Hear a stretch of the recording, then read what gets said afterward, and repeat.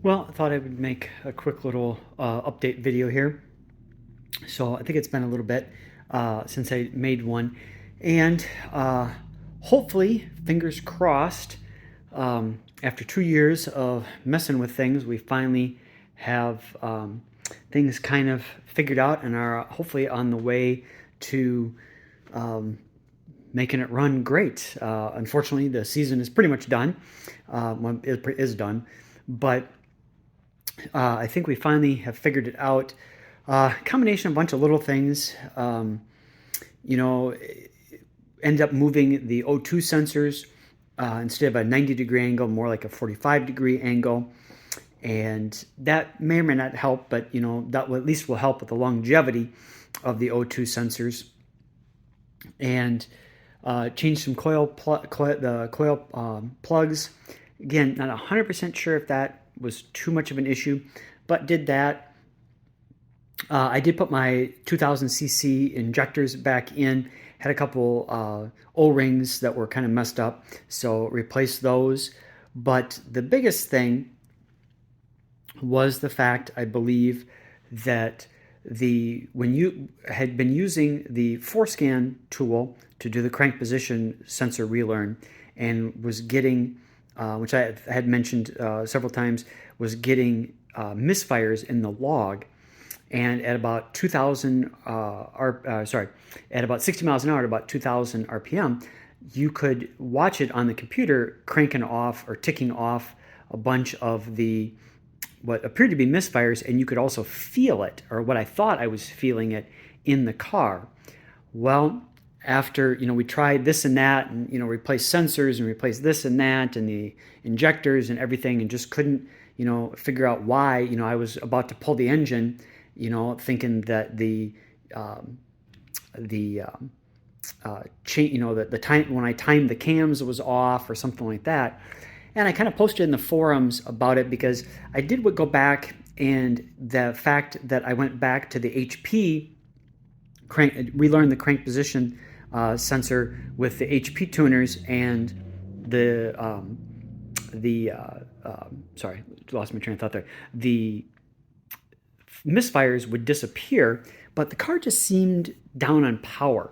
When you would go for a drive and get on a ramp to get on the highway, and you run through the gears, put it in third, and if I stood on it, normally, even though I was getting misfires, it would want to kick out and break the tires loose at the top of third. When doing the HP one, you wouldn't. I mean, you could feel it.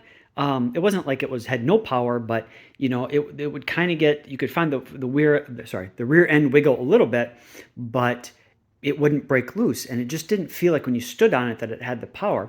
So I kind of posted in the forums about that, because there was a post that was on there that had been on there and had kind of come back, and somebody had kind of was asking some new questions about it, and so I had posted on that because he was kind of referencing the same thing with a F-150 he had replaced something and had to do the crank position relearn, and was having problems with the ForeScan tool versus HP and getting misfires and blah blah blah. So it was very similar, and so I kind of posted about that I was having a similar issue too. And somebody had posted, hey, if you're boosted, turboed or supercharged, just disable the the misfire, the random misfire and all that kind of stuff, because you're just going to chase your tail. Basically those aren't real.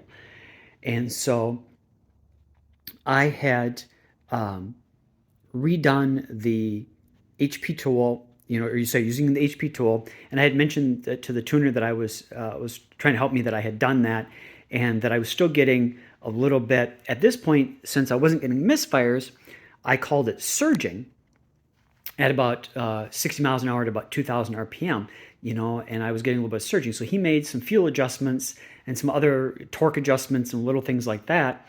And it wasn't 100% gone, but it was mostly all gone. You really weren't feeling it, just ever so slightly. You mostly weren't feeling it. And if you step on it a little bit, it goes away. And that was kind of what was happening with the other ones. So I thought, you know what? Now that that's gone, and based off what they said in that post, I'm going to go back.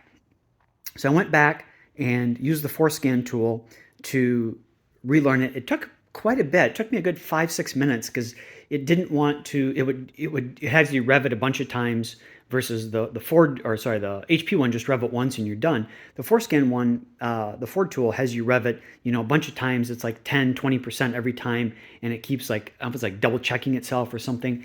But I would do it a couple times and then it would go back to 0, and then you do a couple more times and maybe get to 40%. That would go back to 0. So it just didn't want to complete. But after sitting there for, like I said, 5-6 minutes and revving it, it finally completed. And I had the other stuff turned off so that I wasn't going to try to be biased, and thinking it was misfiring. So I had the random misfires turned off and the misfires and startup turned off. Excuse me. And then took off and drove. And it definitely felt more peppy when you would take off from a stop, and letting the clutch out at a low RPM. And with the HP200s, it would kind of bucking, and it didn't want to go, and it would almost die. And with the Forescan one, I didn't have that issue. You could take off a little above 1,000 and it would just kind of take right off. So it just seemed all around better. And after the other adjustments were made, where I was getting the most issue at about 2,000 RPMs at 60 miles an hour in fifth gear, that was pretty much gone too. So I think what we were seeing all this time wasn't misfires. Those were false misfires, but because I was seeing them and feeling that, I assumed they were misfires, but I think it was actually surging that I was feeling, not misfires. And so we were kind of going down the wrong path the entire time, just because I was thinking it was one thing based on what I was seeing in the data, and it really wasn't. So those were gone, and the car seems much more peppier and just seems better all around. So I think we're on the right track here. But unfortunately, we kind of didn't get that all figured out, just like a week before it turned cold here. So I don't think we're going to get much more. This next weekend, it might be around 50, so we might be able to get a couple more drives in, but pretty much done. So there won't be any more updates or any videos or whatever until spring, probably after this coming weekend, because I had kind of mentioned before about the wide body kit being a little bit wrong on this side, and all the rock chips and stuff from the front wheels coming back and kicking up back over to here. So that's all going to get fixed. It's going to go back to the body shop that did the wide body kit. He's going to fix all that and get it extended out, a little bit more so it doesn't rub on the tires and whatnot when you hit bumps and whatnot. He's going to repaint all of it, or not all of it, but he's going to, repaint where the wide body was. There's a couple other chips. I picked up a chip on the hood and a couple other spots that just need to be redone. The front bumper and rear bumper, I just did it, from coming in and out of the garage and stuff like that. I think we finally figured out how to come in and out of the garage without scraping now. That's all going to get redone. There's a couple other things, some stress cracking on the paint on a couple spots with the little side spots, and a couple other things on the rockers and stuff like that. So that's all going to get touched up and taken care of. And then in the spring, it's all going to get PPF'd, so I won't have to worry about that anymore with all the rock chips, the self-healing PPF. So that's kind of where we're at. Like I said, hopefully on the good side, when it comes out in the spring, we can work on, pushing on it a little bit, because we will have all the little drivability stuff done, and can, like I said, just push on it and get a good, good tune in, and then can work on the E85 side of the fence. But that's kind of where we're at. Just kind of wanted to give an update. Like I said, after 2 years, I think we've been kind of chasing our tail, it turned out to be not at all what we thought. And I think we're finally onto it. First got the issue figured out. That was the O2 extender wires that was causing all the weird feeling issues. That took like a year and a half to figure out. And then, all the other things turned out to be, I think, wrong, false misfires. So, but I think it's finally on track, hopefully be good. So that is about it. Like I said, I might have one more, depending on what we find out next weekend. Otherwise, like I said, it'll be in the body shop till spring. And hopefully in the spring we can have good news and can start doing good. Even with all the issues we had, I still put on over 5,000 miles. I think I'm at like 5,500 miles, 5,600 miles I put on it this summer. So even with all the issues, we put good miles on it.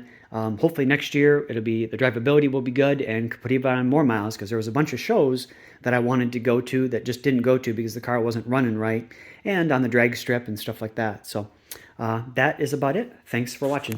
Bye.